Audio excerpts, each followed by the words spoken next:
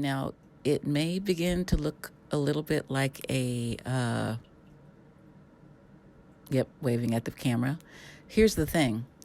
What had happened was I realized after this class that I had not turned on, even for all that looking in my pocket, I had not turned on the microphone fully. And so none of what I'm saying in that room is what you're going to hear today. Ta-da! So you and I are going to go on a journey, on an adventure in which I will try to recreate the class by just doing a voiceover. I will not be matching what's happening on the screen, somewhat. But I know we started with prayer. So let's do that. What I asked people to do at the beginning of class was take out their decks and shuffle, mix the cards up however they felt comfortable doing so that we could pray with the cards. And so there we are, mixing cards up. And then if I recall correctly, I'm going to ask folks to, what am I going to ask folks to do? Give me a minute. I'm going to ask people to hear from God using the pictures. And what I was asking was for people to hear a very gentle voice, the gentlest voice they'd ever heard, speaking the most tender words they'd ever heard, and to then attach it to the picture of the card that they drew, the one card that they drew, and to hear what was being said. Now, we had a nice long discussion about that. I do recall this. While you're shuffling, I'm imagining that you're shuffling at home. My surprise was that everybody got directives. And I think that's a little bit because we're not used to hearing from the pulpit or in our teaching or in, I didn't learn it till I went to an evangelical church, hearing God say to me, I love you. Sometimes there is nothing to do. Everybody got directives. Everybody heard directives. And sometimes I wonder if we hear directives only because we're used to hearing that in our own head. I fully believe that sometimes God just wants to say, I love you. I fully believe God sometimes just wants to say, this is my beloved child in whom I am well pleased. Remember, that's what happened at Jesus' baptism. That's what he heard in that sacrament, which is a type of prayer in action. So please feel free to, as you meditate on the card that you have chosen and you hear the very, very gentle voice speaking very, very tender words, that you allow yourself to hear from God a message of love. If you get a message of something to do, that's fine. But God is not restricted to anything I might say. But God's bigger than me. But I do believe sometimes God just wants to tell us God loves us. So make space for that.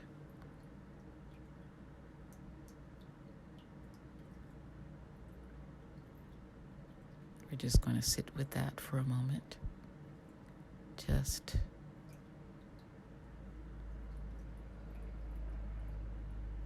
listen.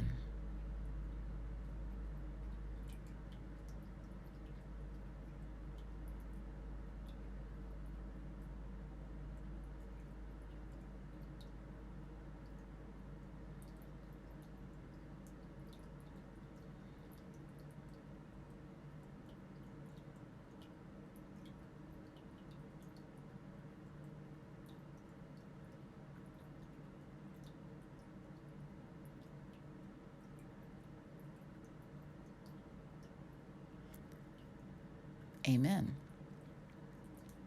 So now people are beginning to share what they heard. And again, like I said, it was almost all of it was directives. Nobody,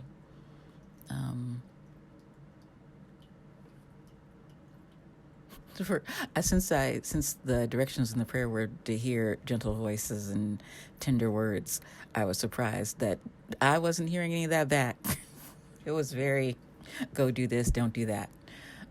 But again, I hope that your experience with this exercise of prayer and contemplation was something that was nourishing to you. And not to say that directives can't be nourishing, but I hope that you received, that you were open to the possibility of also receiving something that was not a directive. Okay, now while people are continuing to share, because we ran out of time, so what I'm going to do is go ahead and start talking about the class, which was, what we didn't get to do last time was speak about the meanings. We didn't get to finish that. So if you would, what I'm going to ask them to do after they finish discussions is take out their major arcana. Now, major arcana, kind of the major cards. And so these would, in Jungian terms, these would be the archetypes. These would be the life forces we kind of go through, the steps in the hero's or the heroine's journey, the steps, and this is actually called the fool's journey.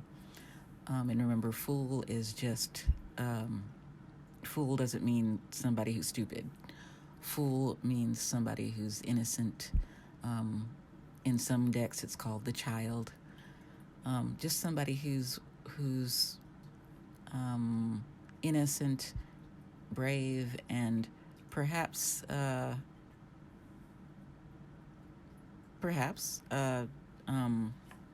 unknowing enough to take a risk, which is what walking off the cliff would be. So most people will have their major arcana will be cards that have numbers at the top. They may be Roman numerals, but it'll be 0 to 21. So 0 will be the Fool, that's the start of it, and it will end with the World. So now for those of us who have decks that are really different, i.e. the decks, like if somebody might have the, what is this called? This is the Hip Chick Tarot. It is very, very different. It's still in line with the Rider-Smith-Waite deck, which is still the most popular deck, period. But some of the names of the major arcana are different. Some of the, and there are no numbers on the top. So it may take a longer time to get those in order. But if you can, most decks, no matter what kind you have, will have numbers on the top and something that says a title, like the Fool, the Magician, the High Priestess, the Empress. And we're going to go over all those. And I'm hopeful that I will hold these up because I won't be able to tell where we are with that. But go ahead and do that. Go ahead and take time to get your deck in some kind of order so that you can find card 0 to card 21. And if you can put them in order, that will help you. So 0 to 21, which will be the Fool, the Magician, the High Priestess, the Empress, the Emperor, the Hierophant, the Lovers, the Chariot, Strength, the Hermit, Wheel of Fortune, Justice, the Hanged One, Death, Temperance, the Devil, the Tower, the Star, the Moon, the Sun, Judgment, and the World. Now, just like in the fool's journey, just like in the hero's journey, the fool's journey is going from a state of innocence and newness and courage on through stages of growth to the world, which is a stage of completion. This a stage of having attained some skill in one measure of growth or another. So I'm hoping that you have gotten those. I think folks have gotten there in the class. So let's go. Just a reminder, again, Lindsay Mack talks about if a card is can't be for everybody, it's not for anybody. So when we're talking about male and female, i.e. the magician, or if your magician is male or your magician is female, that it doesn't really matter. Things that are connote a gender, say, or a sex rather, the Empress, which often tends to be pregnant. We'll talk about that when we get there. But again, if it's not for everybody, it's not for anybody. And again, that's from teacher Lindsay Mack. And you can find her online. If you just put Lindsay Mack in your Google or whatever your search engine is, you will come to her website. All right, so there we go. Here we go. So 0, the Fool, new beginnings, optimism, trust in life. Again, just starting a journey with great innocence.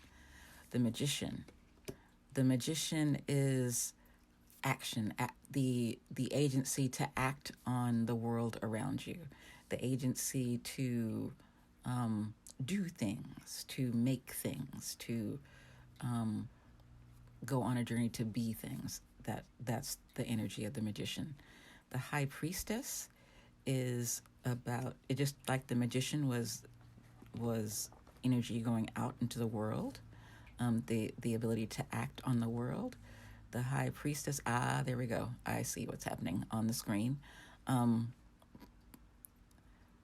We have a person who had the what is it? The Hip Chick Tarot, which again is really hard if you don't have something. It's not hard to use. It's a great deck. It's just because it doesn't have some of the regular things that other decks have. It's maybe harder to follow along when you're doing a general description of general decks. All right, so here we go. So the High Priestess, just like the Magician, is kind of outward action, the power, the agency out in the world. The High Priestess is about going within. It's about your soul's journey. It's about the mystical. It's about being still and prayer or soul's development, the going within. All right, High Priestess. I'm sorry, we just did that. Empress. This is where, again, Lindsay Mack says, if the card is not for everybody, it's not for anybody. So if you're a guy or someone who identifies as a guy and this comes up in a reading, does it mean you're pregnant? Nope, doesn't. Does it mean that you're, does it mean anybody in your life is going to be pregnant? Not necessarily, usually not, because these aren't, the way we use them, this is not about something happening to you. This is about what's happening in your spiritual life right now as you communicate with God. So the Empress, abundance, nurturing, fertility, life in bloom. Some of you will have a card where somebody's pregnant, and here's what we can think about the womb. And this is a direct quote from the Gentle Tarot. It's a type of tarot that is very much based on care for the earth and care for animals. And her name is this is about to be rough. Marisa Rice Aparicio Tovar. Ma'am, I am so sorry if I messed up your name. But it's the Gentle Tarot. You can find it at thegentletarot.com. The art is beautiful. But in her guidebook, she says, we all have masculine and feminine energy within us. When I reference the womb, I would like to imagine that people of all genders embrace the space for creation that we all carry. And also, I love her note on light and dark. So this is what she says when there's a reference to darkness. You will see that some with the Hermit. That's card number 9. You may see it some in Death. But here's what she says about darkness, and I believe in that as well. She likes to associate darkness with emptiness and beauty, similar to the Buddhist tradition, where in emptiness and silence we find peace. If something is empty, then there is infinite potential for what it can fill up. It is an opportunity to create whatever you wish, free of restrictions, to expand and grow and become whatever your heart desires. Maybe darkness has negative connotations for some, but from a young age, my father helped me feel safe in the dark. When we go fully in the dark, we become the dark. It feels safe and we are protected by it. And for those of us who are, who have more melanin in our skin when compared to others, and I am one of those, we also find darkness to be beautiful. So it's not light and white good, darkness and blackness bad. There is a way in which that's long been held as a symbol, and so if that's how you see it, God bless, all good, no harm, no foul. But for those who also wish to have add a generative understanding to that, you can think of darkness as the creator of the Gentle Tarot, where she thinks of it more in the Buddhist tradition, or myself, in which we think of it more as beautiful and something that is not the opposite of light. It is equally beautiful, simply and equally good, just simply in a different way. All right, here we go. Emperor, structure, stability, rules, power. That's card 4. And again, a lot of folks' cards will have a male as their person on the Emperor, and that's unless you have a numinous deck or another deck that is non-binary and or queer honoring. Again, as Lindsay Mack says, if it's not for everybody, it's not for anybody. And so it doesn't matter what gender or what sexual identity we come to the cards with. Every card is for us, not to us. And again, that's Lindsay Mack. So please know that whatever is on your card, it relates to you. All right, so, but again, the Emperor is structure, stability, rules, also power, taking up space. Number 5, the Hierophant is institutions, traditions, can be society and its rules. It's also yourself as the teacher, yourself as your own teacher. Number 6, the Lovers. Now, a lot of people will think of the Lovers card as something having to do with relationships, when actually it's got, which again wouldn't be for, which means it wouldn't refer to people who are ace or asexual. And again, what's Lindsay Mack's rule? If it doesn't apply to everybody, that's right, it doesn't apply to anybody. So the Lovers is actually more about a mirror, loving humanity, loving ourselves, loving the God in us, God loving us.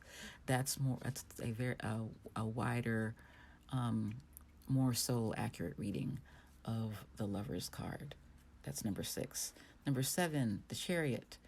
Okay, here you will see different pictures in the Rider-Smith-Waite deck.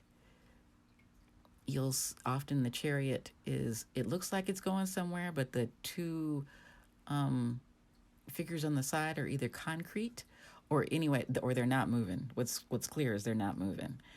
And then other people in different decks will have something that is in motion, a motorcycle, or if you have a more modern deck, or unicorn, as in the numinous deck, a car, as in some decks, which means it is moving. Something is moving. Some will have a chariot that's moving. And so for some, we'll see this as movement, going to the next stage, progress, integration. And for others, it's especially where you see, or other times in different readings, it could be that the way to move is to go to a different vehicle. Like, this vehicle has taken you as far as it can take you. It's time to move to another vehicle to move to where you want to go. So those are kind of the two meanings for the Chariot. Number 8, strength. Often is a person with a wild animal. In the Rider-Waite-Smith, it's usually a woman, pulling apart a lion's mouth. Other more modern decks often have a more gentle, like there's no force acting on the animal, but the animal is clearly in partnership with the person in the deck. There is no danger and there is no dominance of either side over the other. And that's what it means. It means courage, power, integration of the wild part of the self. All right, number 9, the Hermit. Looks exactly like what the picture is on the card.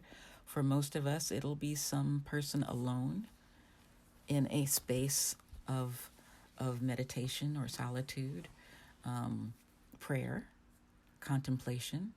It's having time for prayer. It's having time for meditation. It's intention. So what's the difference between, say, the Hermit and the High Priestess? The Hermit is about our choice, or making a choice to go and have some time away. The High Priestess is more, this is something that's perhaps God instigated, that it's something that's a bit deeper, a bit more liminal, while the Hermit is meditation and solitude or prayer on something that's definitely almost always our own impetus. All right. Wheel of Fortune is simply, it's what it looks like: cycles, changes, ups and downs. Some people's cards, especially Smith Rider-Waite, will have the 4 symbols of the Gospels of the Matthew, Mark, Luke, and John in the corners. Others will have other types of symbols in the 4 corners. But again, it's all about going through cycles, going through changes in a cyclical way. 11, Justice. Often there's some kind of scales on your card. And it's about fairness, equality, balance. 12, the Hanged One. This is surrender to a situation that's come upon us, or taking time to gain a new perspective, taking time to have an epiphany. It's getting off the roller coaster for a little while and just observing what is so that we can come to some kind of new understanding. All right. Death. Death is usually a scary card for folks. And I know that what I was asking the class at the time, I have no idea what I'm asking the class right now while I'm clapping my hands. Does it mean that people died? Does it mean that death is coming for you? No. Nope. What it generally means, in the way that we're using it, is that it's simply the end of something, that we're letting go of something, that there is some change happening. That's it. That's all. Something in our lives is dying, and it's not a person. It's not usually a person. Something we're letting go of. Number 14, temperance. Many of us have an angel touching both the ground and the water. And that is about balance, moderation.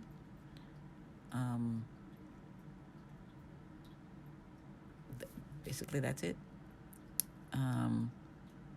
Then we get to another card that's scary for people. We get to the devil. Now, does getting the devil mean that you're about to die and go to hell? Nah. Does it mean you're being controlled by the devil right now? No. Again, this is symbol, just like we have symbol in our liturgy. So it can be destructive patterns that perhaps we're in or tempted by. It can be addiction. It can be some way we gave away our power. That's it. That's all it means. The tower.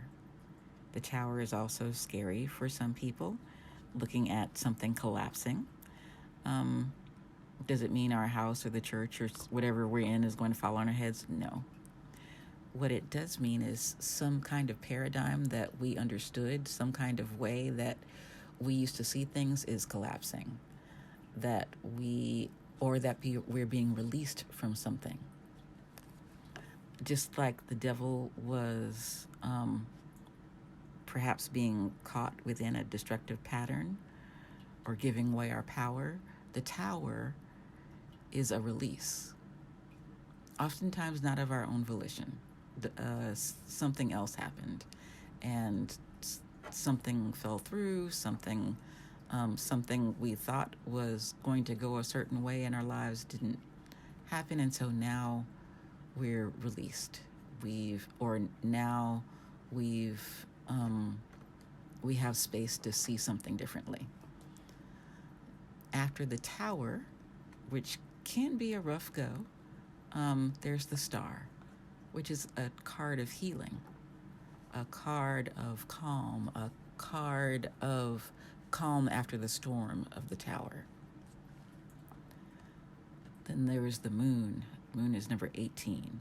That's mystery, the subconscious, dreams, a space of unknowing. Again, a liminal that our spirit is in some sort of liminal space. That's the symbol that is. Number 19 is the sun. After the liminal space of the moon, we've come to some kind of epiphany. Something is known. We have emerged into the light in which we can see things more clearly. And so there's some kind of achievement in our spirit's growth. Judgment is a rebirth. That's all it is. It can be a little scary card too. It looks like it's the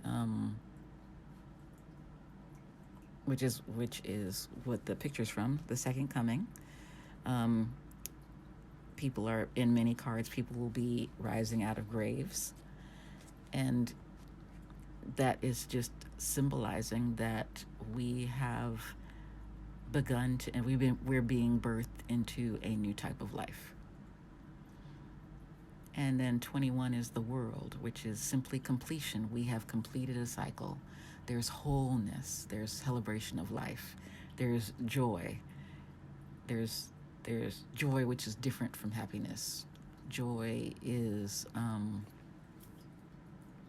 something that we can have regardless of circumstances, while happiness is dependent on our circumstances.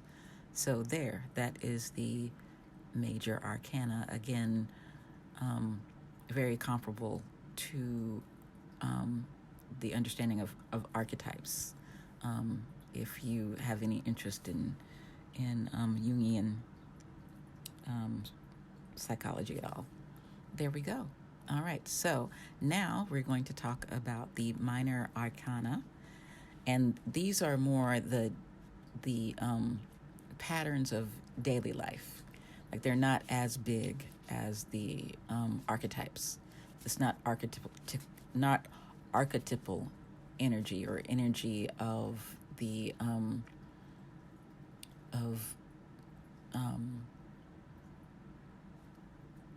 big stages in human development. This is now, or in spiritual development, we're now talking, the ins and outs of daily life. And so there are 4 suits, just like in playing cards. Again, this used to be a game. The roots of the tarot are a game. Again, it's a game. Nothing, nothing evil or even terribly mysterious. Game. A game that had pictures with symbols on it. So, a lot of people will have the main ones, just and many decks are swords, wands, cups, pentacles, or coins. Again, swords, wands, cups, pentacles, or coins. Now, that's not always the case. So, say in the gentle tarot, it's thunder instead of swords, and it's stones instead of pentacles.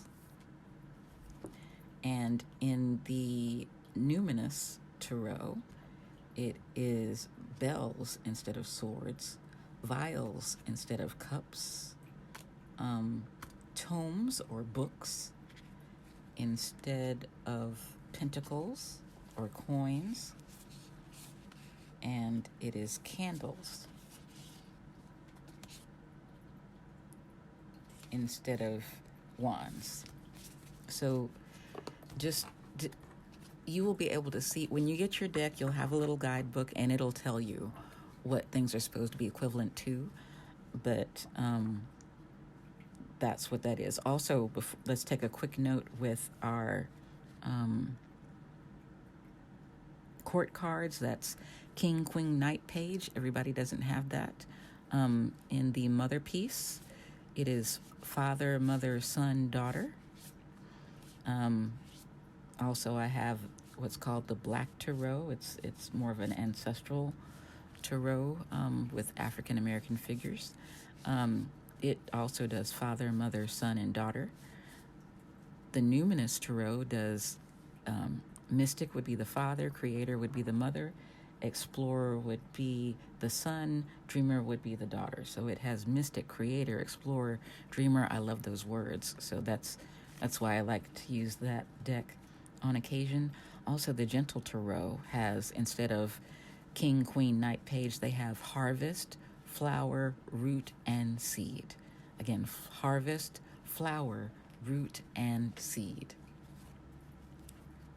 And they each of their, each suit stands for one of the 4 elements. Again, we're not talking, periodic table. We're talking about the ancient 4 elements. So, swords is air, and that can be around thoughts. That can be around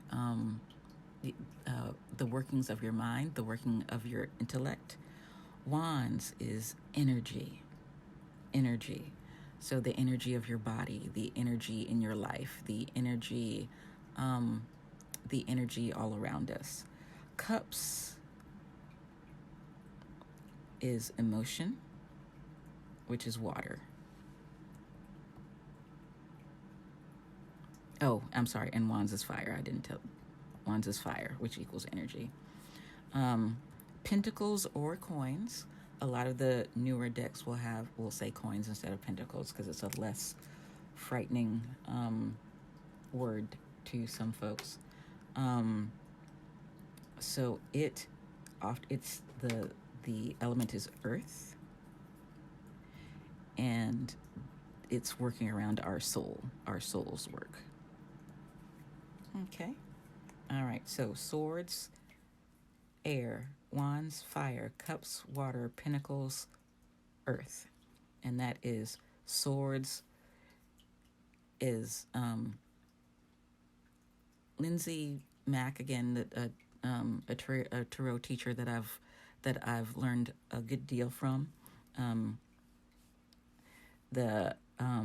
She talks about this being again mostly our thoughts, how our mind is reacting to something. As a person of color, I also see this larger than that. This is also about systems, systemic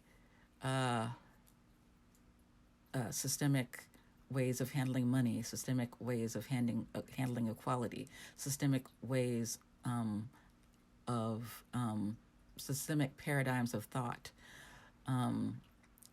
Because we're just not individuals wandering around in the world.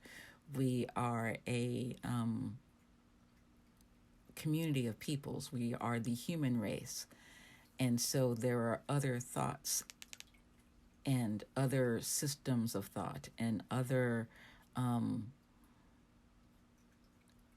ways that things happen in our lives that don't have to do with our individual thoughts.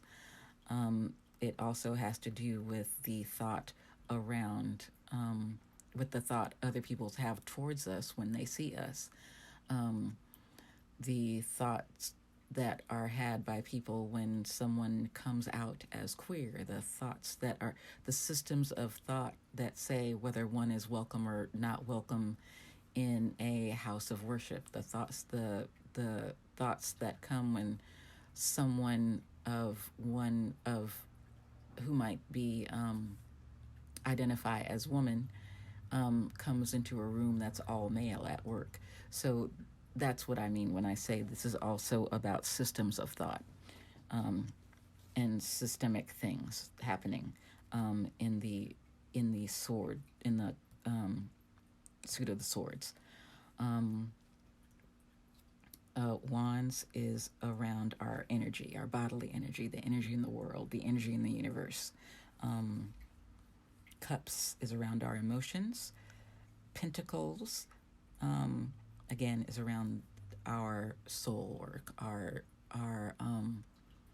growth as we are transformed more through God's power into more of whom we were always meant to be. It's kind of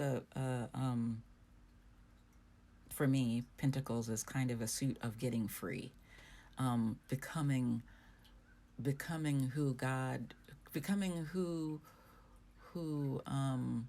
we would be if nothing were in our way, including our own selves. And so that exactly how God meant for us to be in this life. All right, so let's go through this part.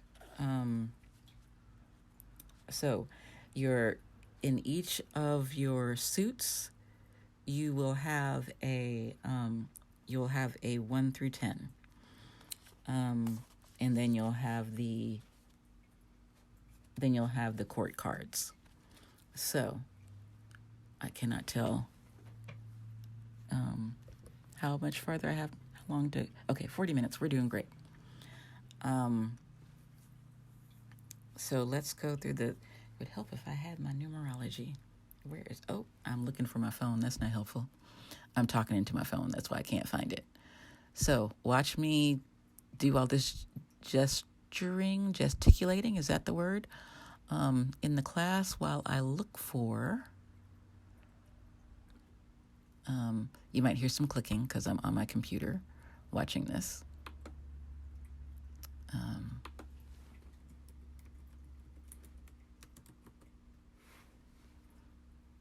because I like her talking about the numbers in the four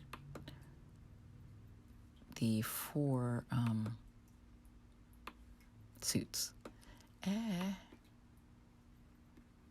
So sorry, y'all. I thought I was good. Okay. Oh dear.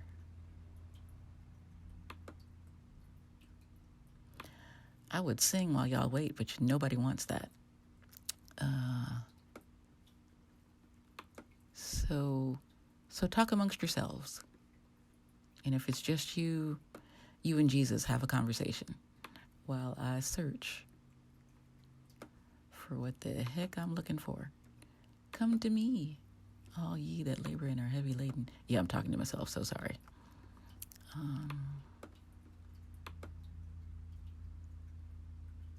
There we go. This might work.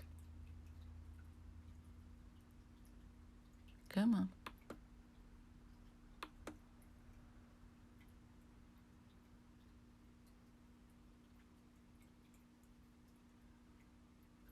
Are you kidding?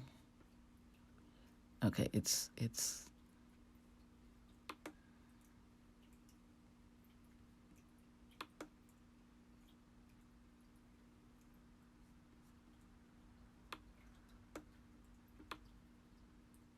all right. Let me see if it's in here.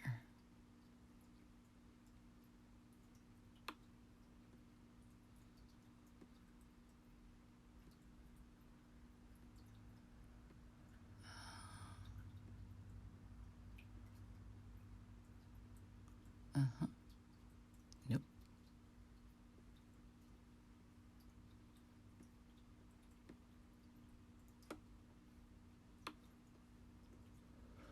Okay. Well, while I'm looking for something I can't find, for those of you who are able to go on the website, on Lindsay Mack's website, and download the Ultimate Tarot Guide, you will see that in all of hers, there are only questions. There's nothing about what picture is on the card. There's nothing about, and they're all about our soul's development. They're all about growing up in whatever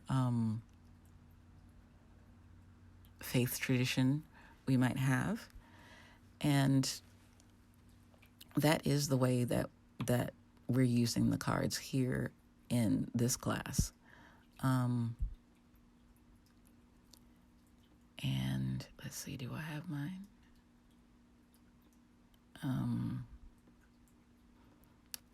I will be with you right there. And so that's why we're not going through pictures, because there's so many different kinds of decks. That's why we're not taking the time to go through pictures and goes, this means this, and this means this, and this means that. You are going to get a feel for how God is working with you to understand your cards. I don't do readings for people because I can no more read for folks than I can dream dreams for somebody else. Just like I dream my own dreams and I kind of have to interpret them on my own. Now I can always have a conversation with somebody. I can bring it to my therapist. I can we do have a dream work group here at St. Gregory the Great, and I can go to one of them and we can talk about it. They have a great time talking about their dreams, and they learn a lot from doing that. But nobody's dreaming for anybody else. And for me, it doesn't have to be for you. You can go out there and decide, hey, I can pray for people in this way. So please don't view this as a block to going to read for somebody else. I know that I can't do it well. I sometimes ask, and I do it for really close friends. And even then I have to remind them, hey, here's what I don't know what this means to you. You do. And sure enough, they'll tell me, well, that means blah, blah, blah, blah, blah. And I can give them a general, here's what's happening, I think, around you and your growth right now. Maybe God is saying this to you. Maybe God is saying that to you. And they will be able to go, yeah, that's right, but it's kind of general. Yes, that's right, it is kind of general. So here's the thing about that, is that just like you pray prayers with the Book of Common Prayer, just if you're an Episcopal person, or you pray prayers with the Bible, this is just a tool. And it's a tool that you and God will God will use to help you grow, so that you will understand how your relationship with God works with that. I can only give you very general things.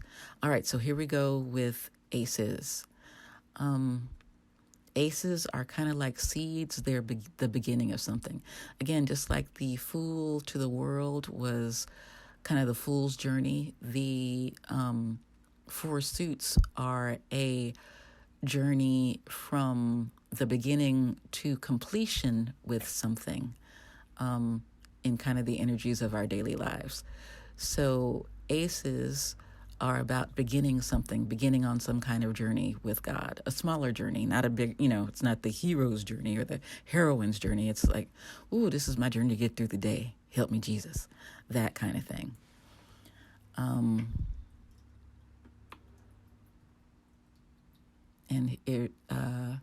And then the twos are usually some kind of balance or integration. Like, say, the Two of Swords. So that's air for me. That's, well, not just for me. That's air, period. That's which is mind or systemic something or other. For me, twos come up when I need to process something, where my mind stops in the middle of processing something that's been going on, and I just need some time to do that. Going to the threes. Oh, and say the Two of Cups. Two of Cups, there's often two people on there. That's usually about some kind of partnership. And again, doesn't mean somebody else is coming into partnership with you. The cards are about, the way we use them for prayer is about our own soul's journey. So it's about some two parts of yourself joining with something that God has for you to do.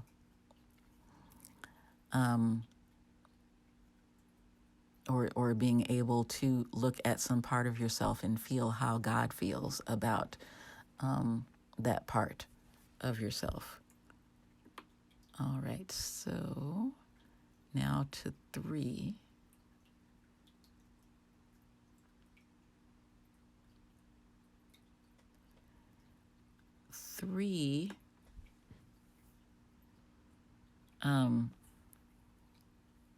Lindsay Mack, and again, that's the teacher I work the most with. She's the one I do the most learning from. She talks about threes being synthesizing something, or moving into a deeper part of whatever was being worked on in the two. So let's say we planted a seed. We we have a new idea in the Ace of Swords. The Two of Swords is me processing about that idea. The Three of Swords is a deeper integration, if that makes sense to you. Now that I have processed, I can now integrate what I have processed into my life.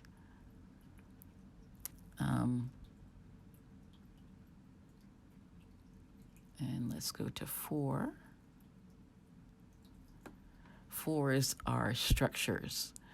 They are, and this is again according to Lindsay Mack, these are containers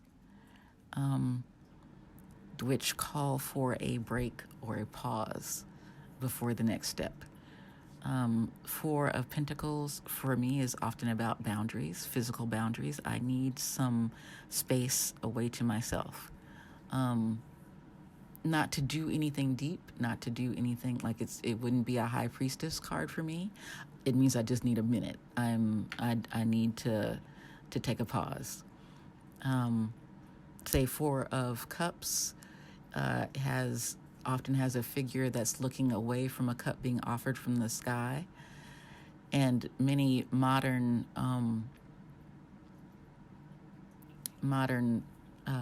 explanations of that card is, oh, you're missing an opportunity, because we have a tendency to think of things in terms of FOMO, since we're such a consumerist society, and we got to get this and we got to get that and get it all you can and what if it's, hey, my hands are full. Hey, I've got all I can pray over. I am going to just chill with this right here. And if that's for me, when I'm ready, when I'm done with what's in front of me and I turn and that's there, then it'll be there for me. Or it's a yes, this is here, and God's like, yeah, you don't have the capacity for that right now. Eyes on your own paper. Just work with what I gave you. So, but the Four of Pentacles is about boundaries. The Four of Wands is about a space for fun. I like the way that teacher Lindsay Mack puts it, that it's like those forts you used to make under the table, playing with your friends, and it was a little hideaway where there was, and literally the Four of Wands is that for me. It's where I've got some energy and I need to spend it on some fun. And Four of Swords is rest, needing to go rest. And that can look very scary, especially if you're looking at the Rider-Smith weight, because it's somebody who looks quite dead. But it's also, death used to be just rest. You get to, you've hit your final rest. This is not final. It's not the final resting place. It's just deep rest. It's like, I'm stopping everything. I need to sleep, or I need to take a deep break. I need to go on vacation, that kind of thing. So going to the fives. The fives are often, again, Lindsay Mack calls them contraction. If you think of life in terms of expanding, which is growth, and contraction, which is kind of shrinking back into ourselves, and both are necessary. Both are very necessary. Others think of fives as conflict, but that's also something that can be seen so negatively that a five couldn't possibly be a positive card, or a card that's generative for you. And that's not the case. Fives can be beautiful. For me, Five of Swords is decolonization, as is Seven of Swords. It is being able to take back myself from the grip of supremacy, white supremacy. Or for someone else, it might be being able to be yourself in a world that's heteronormative and homophobic. Or it might be about being able to be yourself, being able to understand your womanhood if you're someone who identifies as a woman, that is not defined by the patriarchy, that is not seen through the eyes. Okay, now we're in class and we're talking about prayer directly. So I only made it to 5. So hang in there with me. I'm going over the books because the class is almost over. So the Contemplation book which is directly on the tarot. And she talks about being able to do contemplation with 3 cards. She mostly does contemplation with 1 card. I'm also handing, and I didn't bring the book, but Andy Metzler is the author of several books, that's on a self-development understanding of the tarot, and anything self-development can easily be turned into a tool for prayer. So anything by Andy Metzler is wonderful. Also, I am showing right then I just showed 2 tarot journals, because journaling is a way I pray. And once I do a prayer reading for myself, I often write it down, because otherwise I'll forget it. And to go back and look at those over time is really helpful for me. All right, let's do a quickie of let's do the 6.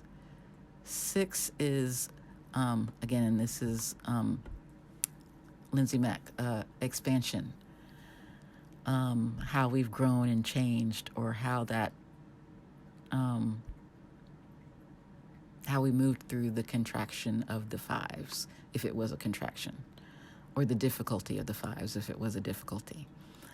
And then 7 is an opportunity to do inner work around something that we're projecting out, says Lindsay. And I don't think for me, it's not always projection, i.e. 7 of Swords is often about being protective in a space, in an area where my heart's really tender in terms of race. And so having to really do some healing work, having to really do some protection work around what I watch, how much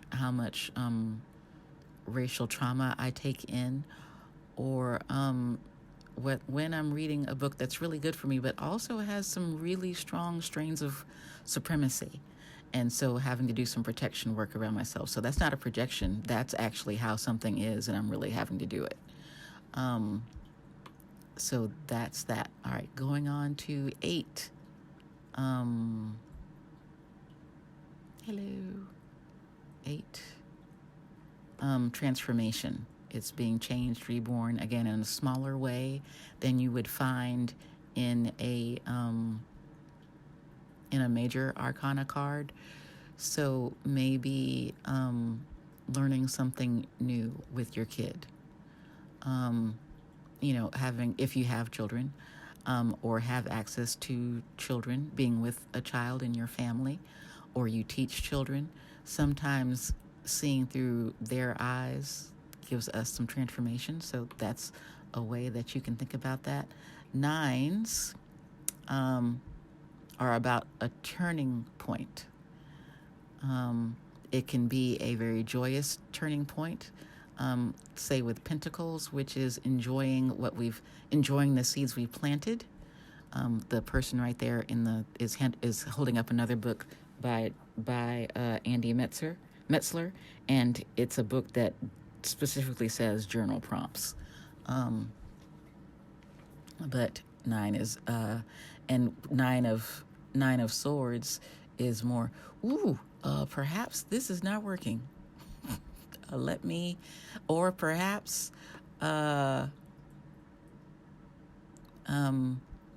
making a break for something. If we have an inner critic, and an inner critic has been controlling us in a way, and 9 is like, you know what? I don't have to listen to that anymore.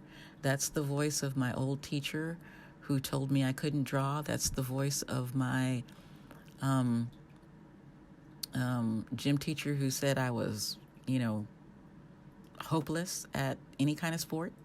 And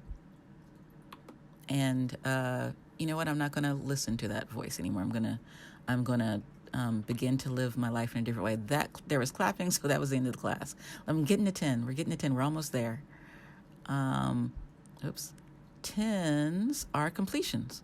They're culminations, the harvest points. They're like the full moons. Father, mother, son, daughter, king, queen, knight, page. Okay. Kings or fathers. Again, we're not talking about sexual identities. We're talking more about energies.